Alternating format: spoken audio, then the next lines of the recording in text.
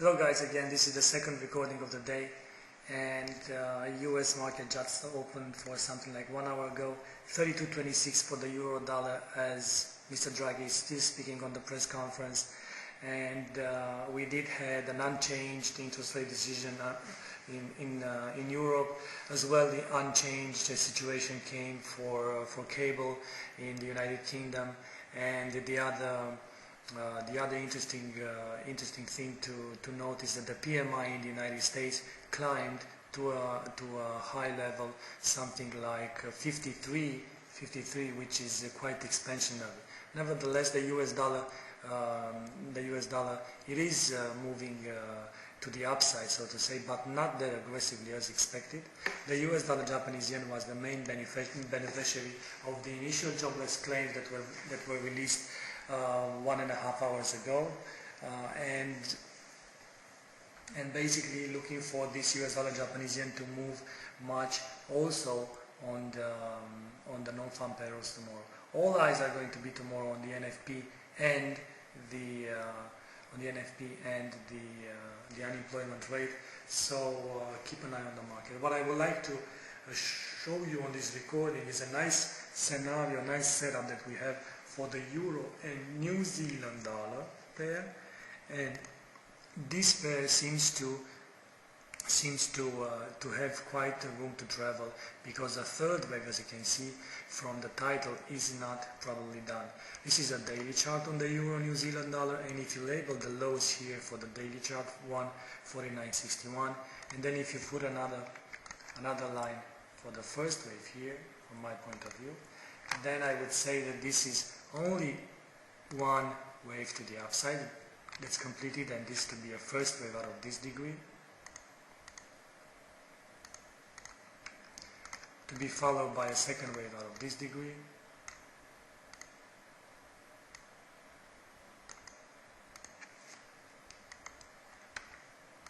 so 1, 2, and now we are looking for a third wave, but the third wave doesn't seem to be done here. Why? In order to have a third wave that high, we need to have at least one wave to be extended, that is, to have an extension bigger, or expansion bigger than 161.8 when compared with the first wave here. Well, if this is the first and this is the second, then as you can see,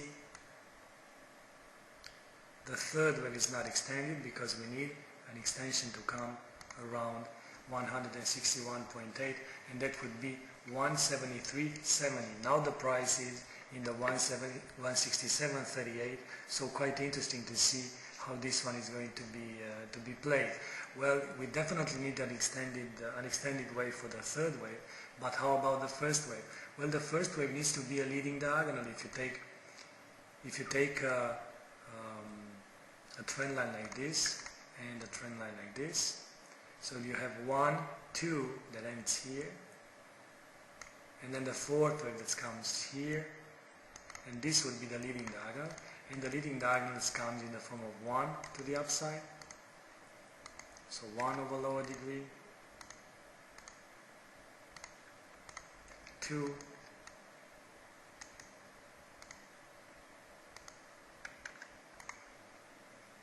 3. In a leading diagonal, it is mandatory for the third wave to be an impulsive move, and as you can see from here to here, we are clearly having a 5-way structure as an impulsive move. So 1, 2, 3, 4, and then the fifth wave to the upside, and there you go, we have wave 1 that is done here. So 1, 2, 3, 4, and then the 5 wave, the fifth wave comes here, 1, 2, 3, 4, 5, and then looking for a nice ABC out of the same degree. So looking for a nice ABC, A, B,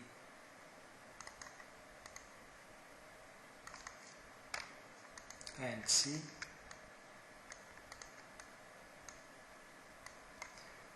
To end here to the downside.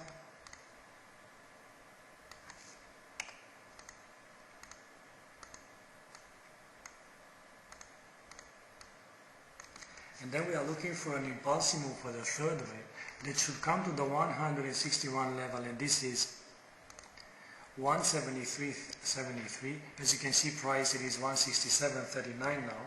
So we are looking for 173 area with a five-way structure. And I would say that this five-way structure, there needs to be an impulsive move, by the way. So we have a 1, 2, definitely a third wave to the upside. This to be the third wave here. 4. And now we are looking for 5 waves of a lower degree to come to reach this 173 area. Now from my point of view, if we go on the lower time frame, this is a daily chart, but let's open a new chart, file, new chart. Let's go on the euro and New Zealand dollar and go on the 4-hour chart. And on the 4-hour chart, basically we said that this is the third wave here that ended, a third wave but ended here on the first high, not on the second high. So I would say that this is the third wave out of this degree. So 1, 2, 3 out of this degree. And normally this is a fourth wave, should be labeled a fourth wave. Why?